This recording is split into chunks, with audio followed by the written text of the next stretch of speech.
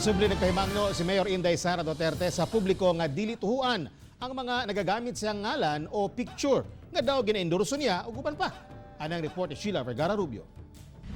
Mipagula og statement si Mayor Inday Sara Duterte kalabot sa gikatahong paghisgot ni Santa Cruz Davao del Sur Councilor Jose Nelson Tata Sala sa ngalan ni Mayor Inday ug paggamit sa ilang mahulagway ngadto sa mga public event nga daw pagpakita og impluwensya sa mayor.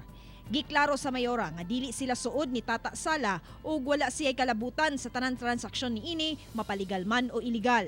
Sa pagiginabi sa GMA1 Mindanao kan Tata Sala, siya miingon nga dili siya ang nagapakatag og picture. Sa laing statement nga gipagula sa mayor, pagpahimangno kini sa publiko nga dili tuhuan ang mga grupo nga nagagamit siya ngalan kalabot sa mga money-making activities sama sa grupo nga nagaagnis katawhan kalabot Giant Clubs o Taclobo Trade. Pagpangilad kuno ang mong kalihukan ilabi nas mga kabos ug ang pagkatawhan nga daling mailad.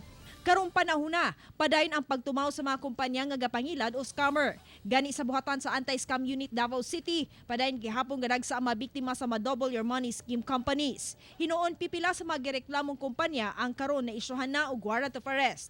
Nay nag-adto dito nga na victim lagi daw sila ng online kanang naa sila i-order sunod mobayad sila dili COD kundi magpabayad daan sunod pag-abot sa nga time walay item na abot sa ilaha. Mo to mo gyud di man ta kakuan ko na ng online kung magbayad ka daan kay ipahulog laman og pawn shop. Kauban si Bebot Kahes sa kamera, ako si Sheila Vergara Rubio para sa One Mindanao.